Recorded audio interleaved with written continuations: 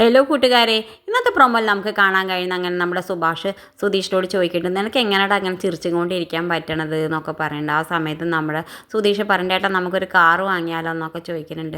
നിനക്ക് എന്താ പറ്റിയത്? നീ ഒരു ചെറിയ കാര്യത്തിൽ പോലും വല്ലാതെ വിഷമിക്കണമല്ലോ. ഇപ്പം നിധി പോകാമെന്ന് അറിഞ്ഞിട്ട് പോലും നീ ഇത്ര സന്തോഷമായിട്ട് എന്തായിരിക്കണം എന്നൊക്കെ പറയട്ടെ. എന്തായാലും നമ്മുടെ സുധീഷിന് അറിയാൻ നിധി തിരിച്ചു വരുമെന്ന് അവൻ ഉറപ്പുണ്ട്. അതുകൊണ്ടാണ് അവൻ അങ്ങനെ സന്തോഷത്തോടെ ഇരിക്കുന്നത്. എന്തായാലും പിന്നെ കാണിക്കണം നമ്മുടെ സുധീഷ് പോയിട്ട് നിധിയോട് ഓരോന്നും സംസാരിക്കാൻ പോകേണ്ട. ആ സമയത്ത് നിധി പറയുന്നുണ്ട്, നിങ്ങൾക്ക് ഈ താലി ചെയിൻ വേണമായിരിക്കില്ല എന്നൊക്കെ പറയുന്നുണ്ട്. ആ സമയത്ത് നമ്മൾ സുധീഷ് പറയുന്നത്, അയ്യോ ഞാൻ അത് മനസ്സാല പോലും വിചാരിച്ചിട്ടില്ല എന്ന് പറയുന്നുണ്ട്. പക്ഷേ അത് നിങ്ങളുടെ അമ്മയുടെ ചെയിനല്ലേ, അത് പറഞ്ഞിട്ടല്ലേ നിങ്ങളുടെ അച്ഛൻ എനിക്ക് തന്നത്, അതുകൊണ്ട് ഞാൻ അത് ഊരി തരണ്ടേരുന്നല്ലേ എന്നൊക്കെ പറയുന്നുണ്ട്.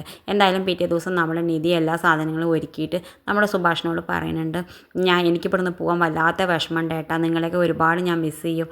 എൻ്റെ ഏട്ടനെക്കാട്ടിലും കൂടുതൽ സ്നേഹമായിട്ട് നിങ്ങളെന്നെ നോക്കിയിട്ടുണ്ട്.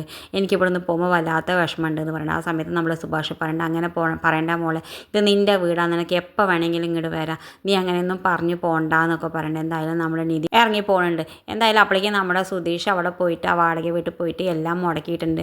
അയാളെ ഭീഷണിപ്പെടുത്തിയിട്ട് ഇവൾ വന്നാൽ അവിടേക്ക് കയറ്റരുത്, അങ്ങ് നിങ്ങളെ കൊന്നു കളയുന്നൊക്കെ പറഞ്ഞിട്ട് എന്തായാലും ഭീഷണിപ്പെടുത്തുന്നുണ്ട്. എന്തായാലും നമ്മൾ നിധി അവിടെ പോയിട്ട് ചോദിക്കുന്ന സമയത്ത് എന്തായാലും നമ്മുടെ വാടക വീട് അവൾക്ക് കിട്ടില്ല, തിരിച്ചിങ്ങോട്ട് തന്നെ വരും. ഇത് കാണിച്ചുകൊണ്ടാണ് ഇന്നത്തെ പ്രൊമോ അവസാനിക്കുന്നത്.